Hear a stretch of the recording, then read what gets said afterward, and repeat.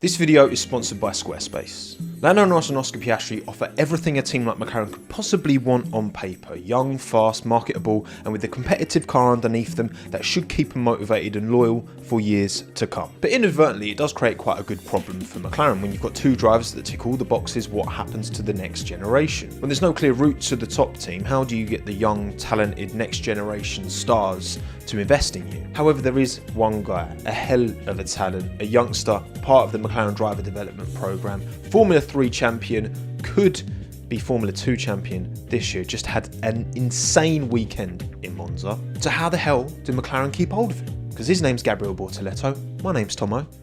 Let's talk about him.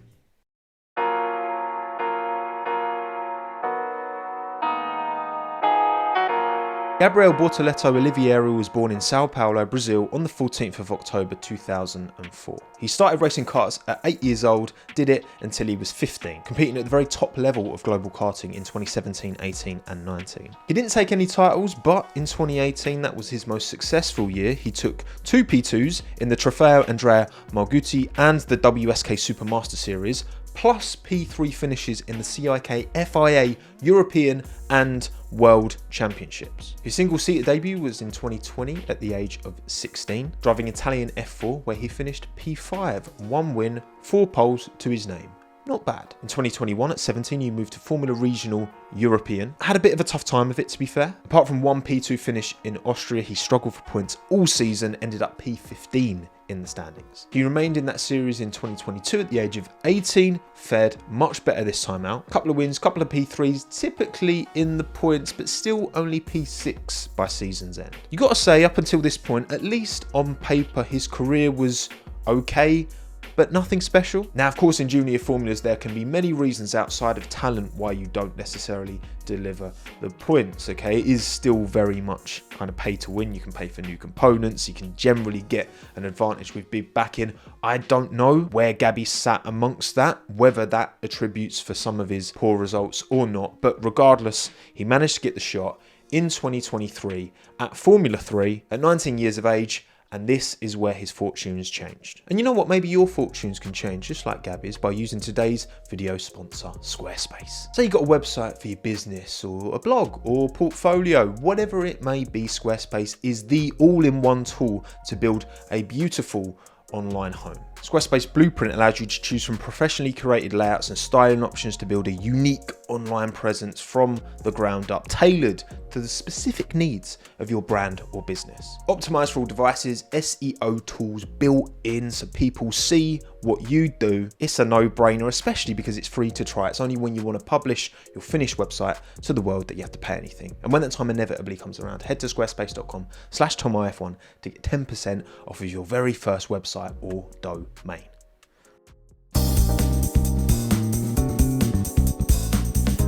In 2023, Gabriel Bortoleto won the Formula 3 championship, pretty dominant points-wise anyway, even though he only won 2 races all season, the opening feature races in Bahrain and Australia. He outscored second place Zach O'Sullivan by 45 points in the end. Highlights consistency, which arguably is more impressive, right? Because drivers can have peaks, you can have freak results where you might win or have an absolute stinker, but Gabby was always there. Only 3 races all season did he finish outside of the top 10. Now, of course, luck plays a part. Formula 3 is incredibly chaotic and you can quite easily get taken out by someone else. But over the course of a season, it still tells a story that Gabriel can be relied on and that he can be consistent enough and quick enough to not necessarily win every time, but deliver the points. In fact, Leonardo Fornaroli did very similar this year in Formula 3. He won the title, didn't win a single race all year, but was always up there. Go watch it, because he literally won the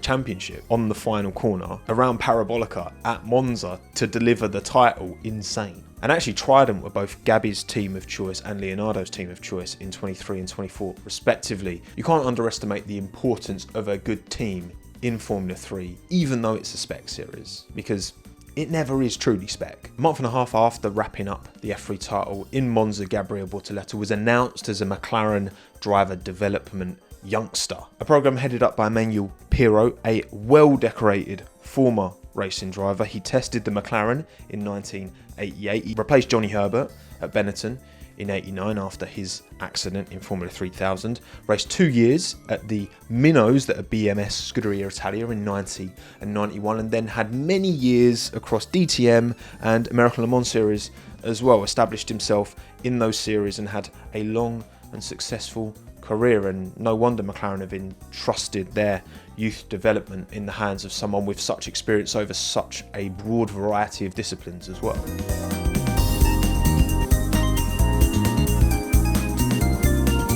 So McLaren have him on the books. How would he fare in 2024? Well, as of September 1st, 24, Gabriel currently sits P2 in the Formula 2 standings, just 10.5 points behind title leader Isaac Hadjar. Just to go over this recent Monza weekend, okay, it's ridiculously impressive what he did, because it looked like to be an absolute disaster after he beached it at Ascari in qualifying, meaning he'd have to start both the sprint and the feature race from stone dead last. Well, f me, he wasn't playing around in the sprint, was he? He managed to recover from last to joint P8, absolutely level with Dennis Hauger at the line to the 1,000th of a second. They gave them half a point each. No safety car, no tyre offset, just raw performance and confidence, given the struggles he had in qualifying as well. To overcome that was crazy. And actually, to be honest, it was after that sprint race that I started working on this script for this video, because I was like, we've got to talk about this guy. And then he went and did what he did in the feature race on Sunday, last to first in an F2 feature race.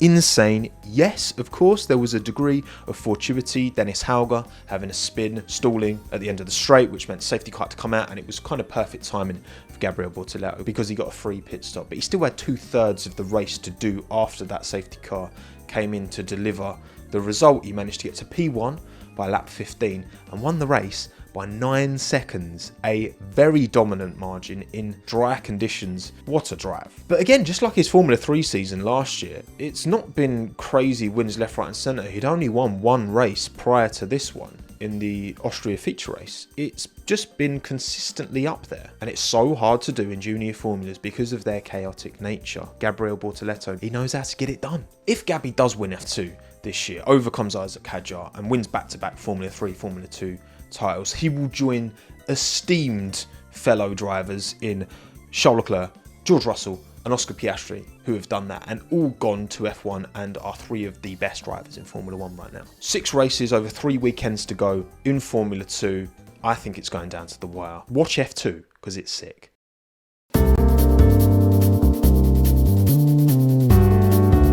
You've got to say, if Gabby does go back to back, he absolutely forces himself into some complicated conversations with McLaren, because how can you let a driver like that sit on the sidelines? I mean, that's what Alpine did with Piastri, and they lost him to McLaren. So if McLaren do the same with Bortoleto, they could be at risk of losing an incredible driver. Amongst an incredibly talented, stacked F2 field, Bortoleto has stepped up and delivered in his rookie season. Massively outperformed his teammate Kushmani, his more experienced teammate Kushmani, who I think is very, very good. And as much as he is part of the McLaren driver program, Gabby and his management have got to facilitate the best move for his career to get him in to Formula 1. And you'll never guess who that manager is. That's right, Fernando, a bloody Lonzo. He's got his own driver management agency, A14 Management, snapped up Gabriel at the end of 2022, before he'd even won in F3, so fair play to him, that's good foresight. Other drivers on Fernando's books include Max Günther, Clement Novalak, Pepe Marti and Nikola Solov. Having a manager who hasn't just been there and done that, but is still doing that, surely puts Gabriel in a position of strength here. Fernando is the ultimate 200 IQ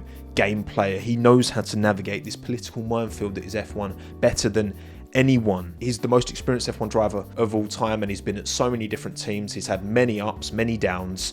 He's been there, done that, got all of the T's. And Fernando also has history at McLaren, and tumultuous history, granted. Of course, 2007 didn't go how he would have wanted, and that dip in McLaren with him and Van Dorn at the wheel at the time, tough. Fernando was there in 2018 when Lando was testing and ahead of his jump into the McLaren in 2019. There's a pre-existing relationship with Zach Brown there. Who knows if that's going to work in Gabriel's favour or against him. But it feels like Bortoleto, just like Piastri does with Mark Webber, has an amazing person in his corner to fight his case for a Formula 1 seat, wherever that may be, because McLaren just doesn't look like there's going to be an opportunity anytime soon, does it? Again, McLaren have it so good with Lando and Oscar. Why would you pull these drivers out? They're so young as well. So they're for the present, but also the future, which means surely there's no way in for Bortoleto, right? And at the end of the day, we know Piastri is great. We know Norris is great.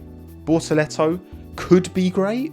He might not be. It's potential that's unrealised. If Gabby wins F2 this season, he won't be allowed to participate again. That is the rule. And to be fair, even if he doesn't win it, I don't know if staying in F2 will really serve him for a second season. Jack Doohan never won F2 but decided to call it quits after 2 seasons and just go all in on his Alpine reserve role, just be as available and on top of that as he possibly could be, and he's got a drive in 25 with him. McLaren have a bunch of reserve and development drivers listed, but the only ones that make sense to replace Lando or Oscar if they were to say have illness or have to miss a race for whatever reason, Pato O'Ward, but the problem is he's in IndyCar over the other side of the Atlantic, so realistically, would he be able to just at a drop of a hat fly to, say, Singapore to replace Lando Norris or Oscar Piastri? Probably not. So then it's Gabriel Bortoleto, who's in Formula 2 and follows much of the F1 calendar, and absolutely with his performances, McLaren should be positioning him to be the guy, to be a reserve if need be. They need to throw a bunch of FP1s at him next year, and this year to be fair, because they've not used any of their allocation. Give him loads of testing miles in the old MCL 60, which is the 23 car, which they will be allowed to test him in from 25 onwards, and use that historic data that they'll have on Norris and Piastri in that car to benchmark Bortoleto and see if he is that guy. Because look, realistically, we are starting to see a bit of tension form between Lando and Oscar. After Monza, it was very coy, understandably so. I get it. I'm not being funny. Oscar's managed by Mark Webber. There is no way Mark Webber, given all his history with Sebastian Vettel in Red Bull and team orders and Multi 21, is going to say to Oscar Piastri, yeah, let Lando pass. But this idealistic 2 number 1 drivers view that Zach Brown and Andrea Stella appear to have, it's gonna bite him. Look at the past. Wealth of knowledge we have from what has happened in days gone by. Absolutely bulletproof driver management is the only way you can ever even try and make 2 number 1s work. And McLaren clearly can't do that right now. But if they do start to take a more brutal hardline approach, and Andrea Stella has been quoted talking about how maybe we do have to prioritise Lando, he is mathematically the best shot at a drivers' championship, and if that really mattered to them in the Ron Dennis era, he would have never told Lando to give that place back to Oscar. And again, look, in that instance, in isolation, I kind of get it because it's Oscar's first race win. Lando was even further back in the Drivers' Championship relative to Max, and we hadn't seen the complete implosion of Red Bull. So in that moment, I did kind of understand that decision, even though the back and forth was embarrassing. But to not even invert the positions from 2nd to 3rd in Monza, crazy. If this relationship does start to deteriorate between the 2 of them, okay, in a racing point of view, okay, I'm sure personally they'll keep it chill. If McLaren have a Gabriel Bortoleto almost as a bargaining chip and be like, look, we've got another back-to-back F2, F3 winner here, could be the next guy, play ball, otherwise we'll stick him in. That can only embolden and strengthen McLaren's position to make tough decisions. But until then, McLaren are very much at risk to having done to them what they did to Alpine and have a back-to-back F3 and F2 champion swept from underneath them.